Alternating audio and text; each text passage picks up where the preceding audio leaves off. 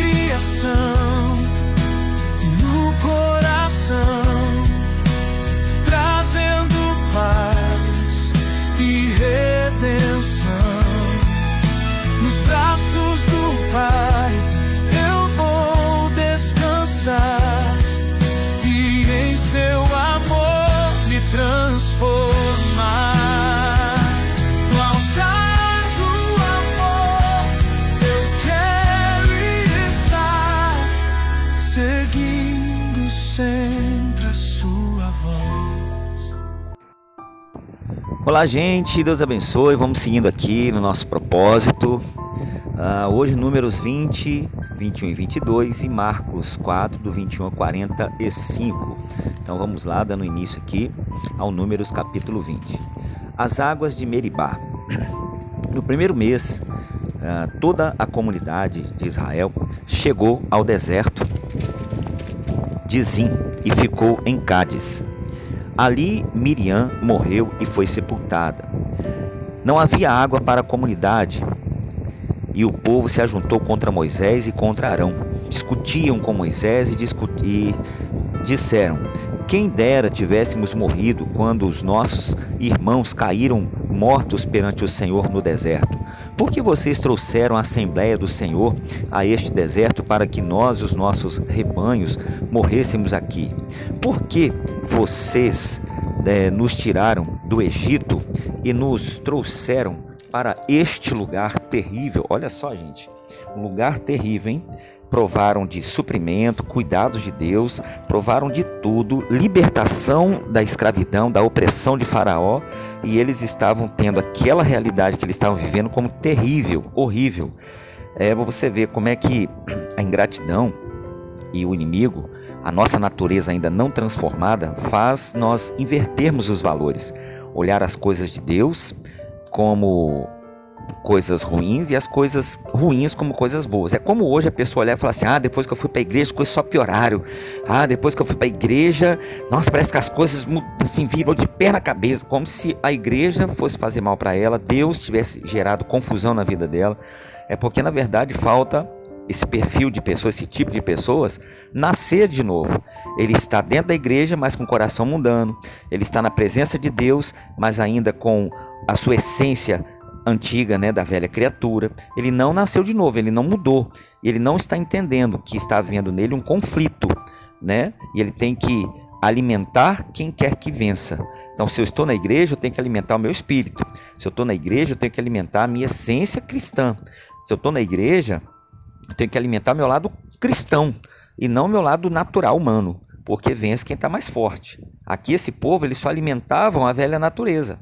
Mesmo caminhando com Deus, caminhando ali com Moisés, eles só alimentavam a velha natureza. Então a velha natureza sempre estava mais forte do que a nova natureza que Deus estava querendo gerar neles. Continuando aqui então, versículo 6 em diante. Moisés e Arão, versículo 5. Por que vocês nos trouxeram do Egito e nos trouxeram para este lugar terrível? Aqui não há cereal, nem figos, nem uvas, nem romãs, nem águas para beber. Moisés e Arão saíram de diante da assembleia para a entrada da tenda do encontro e se prostraram com o rosto em terra, e a glória do Senhor se apareceu. Você vê, Moisés não discutia, Moisés não queria jogar na cara deles nada. Moisés ouvia e descarregava no Senhor. É o que a gente tem que aprender a fazer.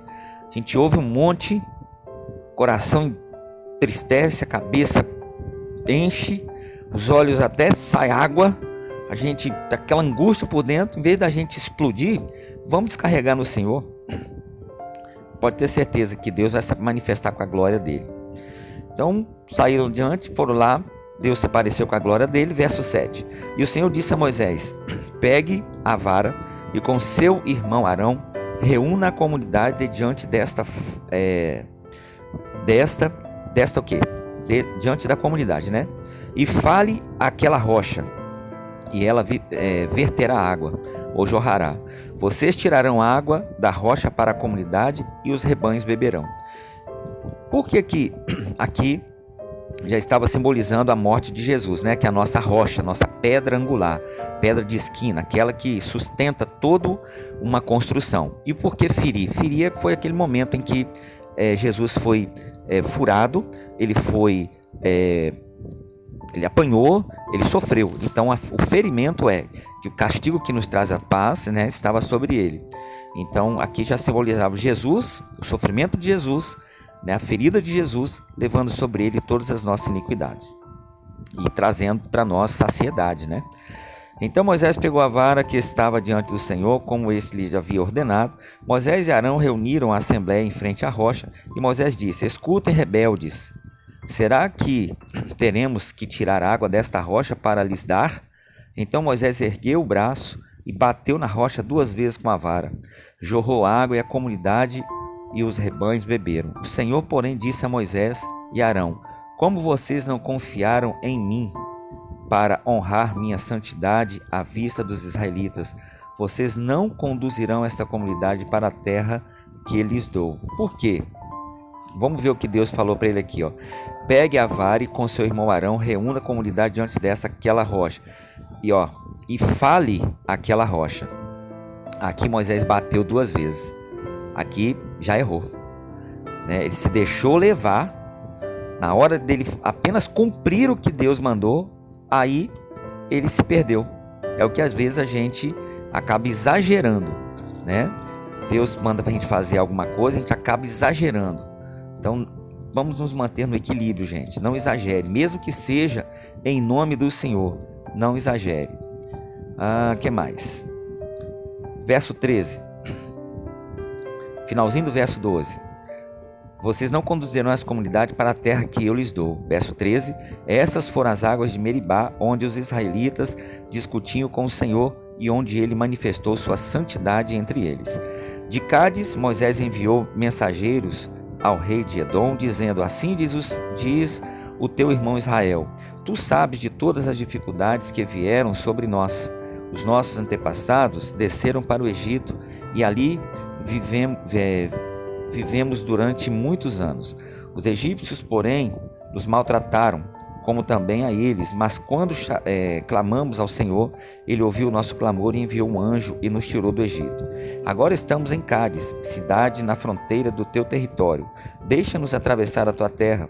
Não passaremos por nenhuma plantação ou vinha, nem beberemos água de poço algum. Passaremos pela estrada do rei e não nos desviaremos nem para a direita nem para a esquerda, até que tenhamos atravessado o teu território. Mas Edom respondeu: vocês não poderão passar por aqui. Se tentarem, nós os atacaremos com espada. E os israelitas disseram: iremos pela estrada principal. Se nós e os nossos rebanhos bebermos de tua água, pagaremos por ela. Queremos apenas atravessar a pé e nada mais. Mas Edom insistiu: vocês não poderão atravessar. Então Edom os atacou com um exército grande e poderoso. Visto que Edom se recusou a deixá-los atravessar o seu território, Israel desviou-se dele. Toda a comunidade israelita partiu de Cádiz e chegou ao Monte Or.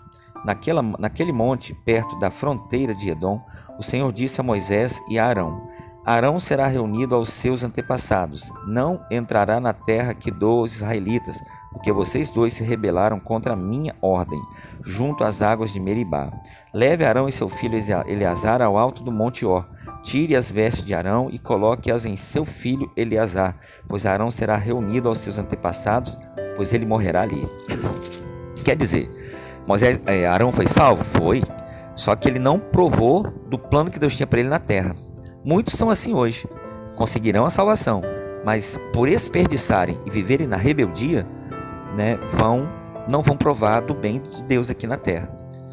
Moisés fez conforme o Senhor ordenou. Subiram ao Monte Or, à vista de toda a comunidade. Moisés tirou as vestes de Arão e os colocou em seu filho Eleazar. E Arão morreu no alto do monte. Depois disso, Moisés e Eleazar desceram do monte. E quando toda a comunidade soube que Arão tinha morrido, toda a nação de Israel pranteou por ele durante 30 dias. Quando o rei cananeu de Arade, que vivia no Neguebe, soube que Israel vinha pela estrada de Atarim, atacou os israelitas e capturou alguns deles. Então Israel fez este voto ao Senhor: se entregares este povo em nossas mãos, destruiremos totalmente as suas cidades. O Senhor ouviu o pedido de Israel e lhes entregou aos cananeus. Israel os destruiu completamente, a eles e às suas cidades, de modo que o lugar foi chamado Hormá. Partiram eles do Monte Or pelo caminho do Mar Vermelho para contornarem a terra de Edom. Mas o povo ficou impaciente no caminho e falou contra Deus e contra Moisés. Ô povo difícil de lidar, né, gente? Mas é assim hoje também, tem muita gente com esse mesmo perfil. Por que vocês nos tiraram do Egito para morrermos no deserto? Não há pão, não há água, e nós detestamos esta comida miserável. Olha, o suprimento de Deus é miserável, hein? Então o Senhor enviou serpentes venenosas que morderam o povo e muitos morreram. Isso quer dizer o quê? Deus, naquele tempo, era lei, né, gente? Hoje não funciona assim mais. Deus não envia praga, Deus não maltrata ninguém, Deus não faz ninguém sofrer. Porém, para nós existe a lição. A rebeldia causa o afastamento de Deus. E sendo Deus a nossa proteção e ele se afastando, então aqui demonstra o quê? Que o inimigo vai vir nos causar danos, nos envenenar e até mesmo nos matar espiritualmente com os seus venenos. O povo foi a Moisés e disse: pecamos quando falamos contra o Senhor e contra você. Olha só, eles sabiam que era certo, mas as suas naturezas, faziam com que eles achassem o certo errado e o errado certo. Aí quando a coisa torcia mesmo para o lado deles, eles ficavam todo humildezinho e reconheciam o seu erro, mas não mudavam. Por quê? Porque é aquela pessoa que ela só muda durante o problema. Quando a coisa melhora, a natureza dela volta a sobressair de novo. É aquela pessoa que ela está na igreja o tempo todo porque ela está precisando, mas ela melhorou, ela sai. É aquela pessoa que no momento de tristeza ela é humilde, no momento de dor ela aceita qualquer coisa, mas ela melhorou, passou aquela fase difícil, agora ela já é outra pessoa, ela muda a personalidade. Por quê? Falta nascer de novo. Ore pedindo ao Senhor que tire as serpentes do meio de nós. E Moisés orou pelo povo. Aqui, quer dizer, simbolizando Jesus, é o nosso intercessor, O Senhor disse a Moisés: faça uma serpente e coloque-a no alto de um poste. Quem for mordido e olhar para ela viverá. Moisés fez então uma serpente de bronze e a colocou num poste. Quando alguém era mordido, esse poste aqui chama-se uma haste ou uma cruz, que na verdade não era cruz, mas era uma haste simbolizando a cruz. E a serpente de bronze simbolizava Satanás vencido na cruz, e as pessoas mordidas simbolizavam as pessoas na vida, no dia a dia, no deserto da vida, envenenadas pelo inimigo. Porém, quando nós nos voltamos para a cruz, o veneno de Satanás é anulado, E a vida de Deus entra em nós. Aí, por isso que fala que todo aquele que for mordido por uma serpente deve olhar para a serpente de bronze e aí permanecerá vivo. Verso 10. Os israelitas partiram e acamparam em Obote. Depois partiram de Obote e acamparam em Ije-Abarim, no deserto defronte de Moabe, ao leste. Dali partiram e acamparam no vale de Zered. Partiram dali e acamparam no outro lado do Arnon, que fica no deserto que se estende até o território amorreu. O Arnon é a fronteira de Moabe, entre Moabe e os amorreus. É por isso que se diz no livro das guerras do Senhor: Vaeb em Sufá e os vales, o Arnon e as ravinas do vales, que se estendem até a cidade de Ar. Chegaram até a fronteira de Moabe.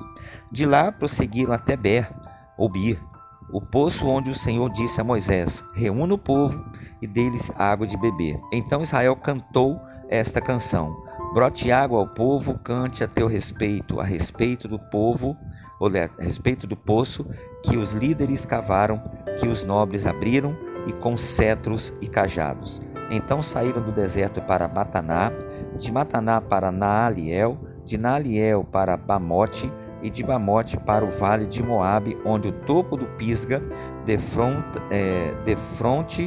defronta com o deserto de Gesimon.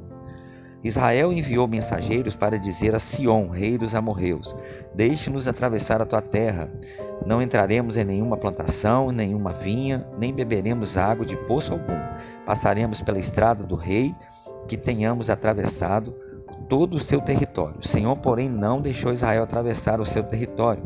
Convocou todo o seu exército e atacou Israel no deserto. Quando chegou a Jazá, lutou contra Israel, porém Israel os destruiu com a espada, tomou-lhes as terras desde o Arnon até o Jaboque, até o território dos Amonitas, pois Jazar estava na fronteira dos Amonitas. Israel capturou todas as cidades dos amorreus e os ocupou, inclusive Esbom e todos os seus povoados. Esbom era a cidade de Sion, rei dos amorreus, que havia lutado contra o antigo rei de Moabe, tendo tomado todas as suas terras até o Arnon.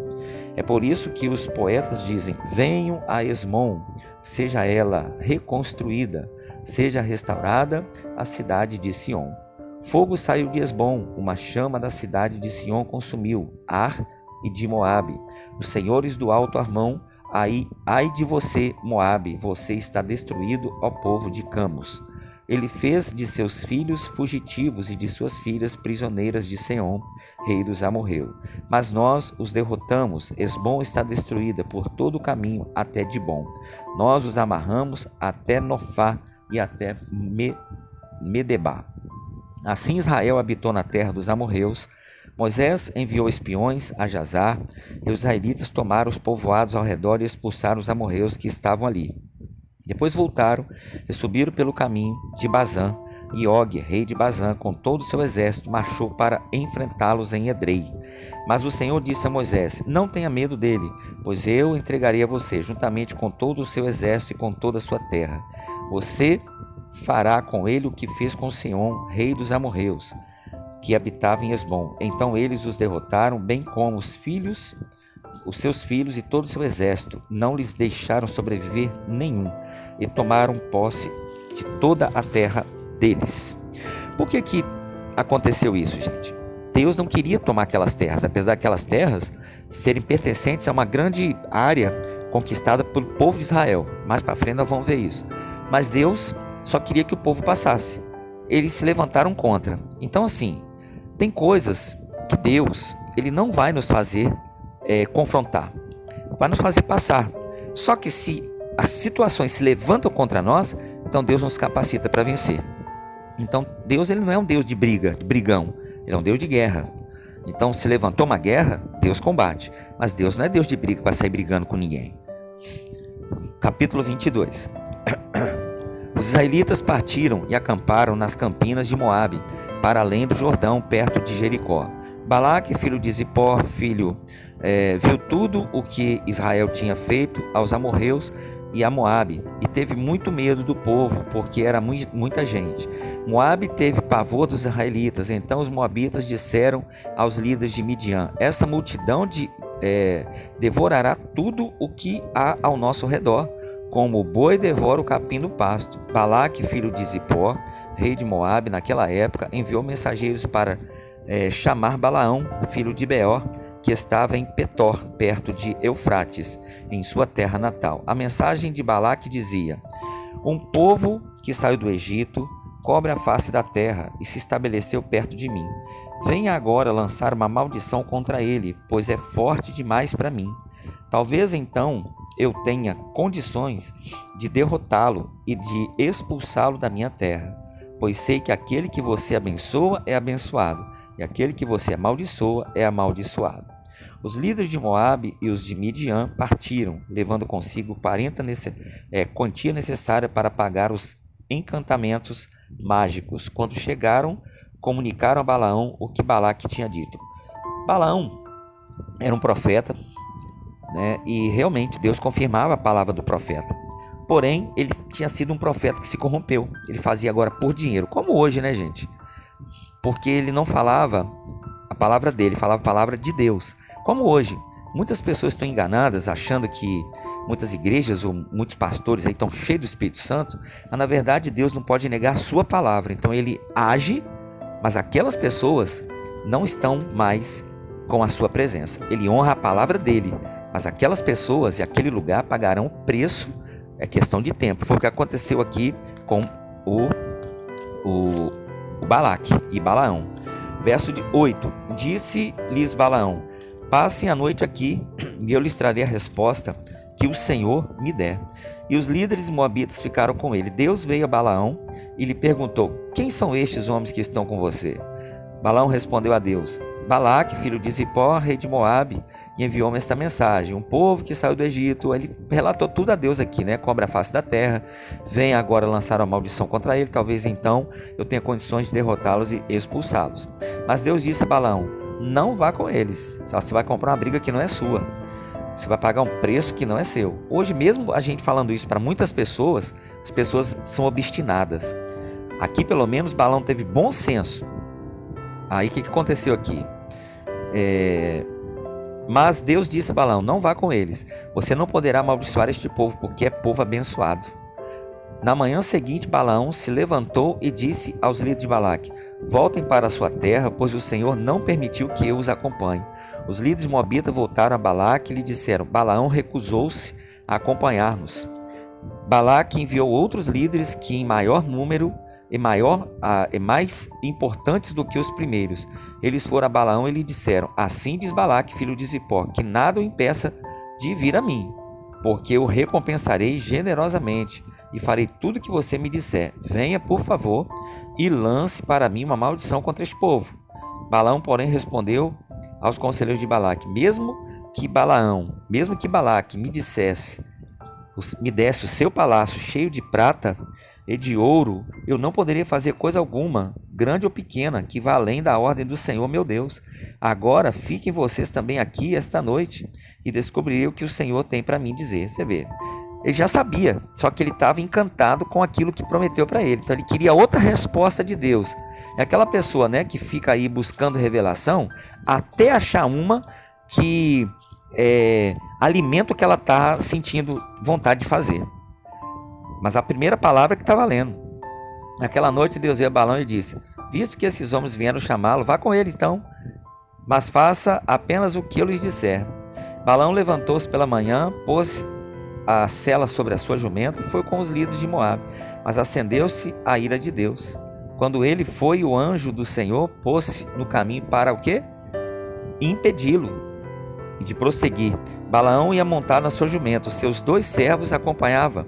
Quando a jumenta viu o anjo do Senhor parado no caminho, empunhando uma espada, porque Deus ia matar ele, né, saiu do caminho e foi-se pelo campo. Balaão bateu nela para fazê-la voltar ao caminho. Então o anjo do Senhor se pôs no caminho, estreito em 2 vinhas, com muros dos 2 lados. Quando a jumenta viu o anjo do Senhor, encostou-se no muro, apertando o pé de Balaão contra ele. Por isso ele bateu nela de novo. O anjo do Senhor foi adiante e se colocou num lugar estreito, onde não havia espaço para desviar-se, nem para a direita nem para a esquerda. Quando a jumenta viu o anjo do Senhor, deitou-se debaixo de Balaão. Acendeu-se então a ira de Balaão, que bateu nela com mais uma vez. Então o Senhor abriu a boca da jumenta e ela disse a Balaão: que foi que eu lhe fiz para você bater em mim 3 vezes? Balaão respondeu à jumenta: você me fez de tolo. Quem dera eu tivesse uma espada na mão, eu a mataria agora. Mas a jumenta disse a Balaão: não sou sua jumenta, que você sempre montou até o dia de hoje? Tenho eu o costume de fazer isso com você?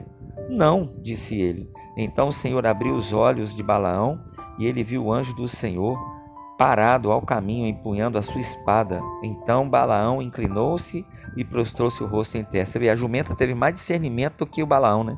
Irmão, tem muito ímpio aí que mais discernimento e muito crente. E tem muito crente que Deus está usando uma palavra, a igreja, o pastor, está usando a situação para abrir os olhos dele e ele está batendo na situação. Quer dizer, ele desfaz, ele prefere sair, ele prefere ignorar, ele prefere desfazer, ele prefere fingir que não está vendo nem ouvindo. Isso é como se fosse hoje bater, né? Verso 32, e o anjo do Senhor lhe perguntou: por que você bateu 3 vezes em sua jumenta? Eu vim aqui para impedi-lo de prosseguir, porque o seu caminho me desagrada. Você vê, é a vontade permissiva e a vontade abençoadora. Deus disse para ele: não vai. Na segunda ele falou: Senhor, mas será que eu não posso? É aquilo que eu falei, as pessoas buscam uma revelação que agrada a elas, né? Deus falou: você quer ir? Então vai, para você ver. Só que Deus não permitiu ele ir. Deus falou: então vai, ué, você que sabe. E então ele foi. Então Deus, ele ia apenas cumprir aquilo que deveria cumprir.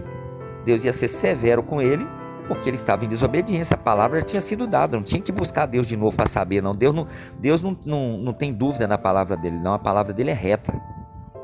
Mas será que Deus assim não vai me dar outra palavra? Será que Deus realmente não quer que eu vá mesmo? São coisas assim, irmãos, que as pessoas, quando você vê uma pessoa cheia de dúvida assim, ela está buscando ocasião, ela está buscando alguém que a encoraje a fazer o que ela está com vontade. E ela já recusou o que a palavra de Deus diz ou a orientação que vem de Deus. Balaão disse ao anjo do Senhor: pequei, não percebi que estavas parado no caminho para impedires de prosseguir. Agora, se o que estou fazendo te desagrada, eu voltarei. Então o anjo do Senhor disse a Balaão: vá com os homens, mas fale apenas o que eu te disser. Então agora você vai com eles, mas você vai falar o que eu vou mandar. Assim Balaão foi com os príncipes de Balaque. Quando Balaque soube que Balaão estava chegando, foi ao seu encontro na cidade moabita da fronteira de Arnon, no limite do seu tabernáculo. A Balaque disse a Balaão: não mandei chamá-lo urgentemente? Por que não veio? Acaso não tem condições de recompensá-lo? Quer dizer, o povo estava acostumado a comprar bênção, né? Aqui estou, respondeu Balaão. Mas seria eu capaz de dizer alguma coisa? Direi somente o que Deus puser em minha boca. Então Balaão foi com Balaque até Quiriate-Uzote. Balaque sacrificou bois e ovelhas e deu parte a carne a Balaão e aos líderes que com ele estavam. Na manhã seguinte, Balaque levou Balaão até o alto de Bamote Baal, de onde viu uma parte do povo. E aí, meus queridos, fica para amanhã, capítulo 23 aqui, o desenrolar de toda essa situação. Vamos para o Marcos agora, capítulo 4, o versículo seguinte aqui agora. Acho que é 21, se não me engano. Vamos lá, capítulo 21 ao 43. E ele lhes disse: quem traz uma candeia para ser colocado debaixo de uma vasilha ou de uma cama? Acaso não a coloca no lugar apropriado? Porque não há nada oculto senão para ser revelado, e nada escondido senão para ser trazido à luz. Se alguém tem ouvidos para ouvir, ouça. Considerem atentamente o que vocês estão ouvindo, continuou ele.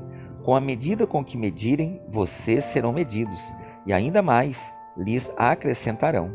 A quem tiver, mais lhe será dado. De quem não tiver, até o que tem lhe será tirado.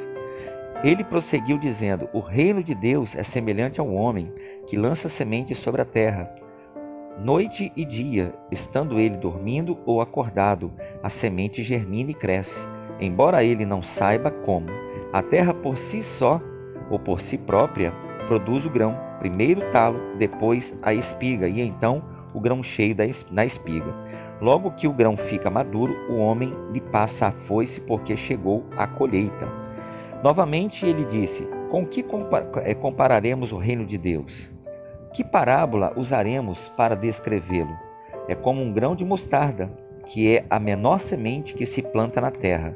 No entanto, uma vez plantado, cresce e se torna maior de todas as hortaliças, com ramos tão grandes que as aves dos céus podem abrigar-se à sua sombra. Com muitas parábolas semelhantes, Jesus lhes anunciava a palavra, tanto quanto podiam receber. Não lhes dizia nada sem usar alguma parábola. Quando, porém, estava a sós com seus discípulos, explicava-lhes tudo. Naquele dia, ao anoitecer, disse aos seus discípulos: vamos para o outro lado. Deixando a multidão, eles o levaram no barco, assim como estava. Então os outros barcos também o acompanhavam. Levantou-se um forte vento e as ondas se levantavam sobre o barco, de forma que este foi enchendo de água. Jesus estava na polpa, dormindo com a cabeça sobre um travesseiro. Os discípulos o acordaram e clamaram: mestre, não te importa que a gente morra? Ele lhes levantou, repreendeu o vento e disse: aquiete, acalme-se. O vento então se aquietou e fez-se completa bonança. Então perguntou aos seus discípulos: por que vocês estão com tanto medo? Ainda não tendes fé? Eles estavam apavorados e perguntavam uns aos outros: quem é este, que até o vento e o mar lhe obedece. Aqui nós pregamos domingo, né, gente? Falamos essa semana sobre exatamente o saber reconhecer e praticar aquilo que a gente já tem. É pegar o que está dentro e lançar para fora. E não deixar o que está fora apavorar e anular o que a gente tem dentro. Deus abençoe vocês. Fiquem na paz. Até nosso próximo encontro.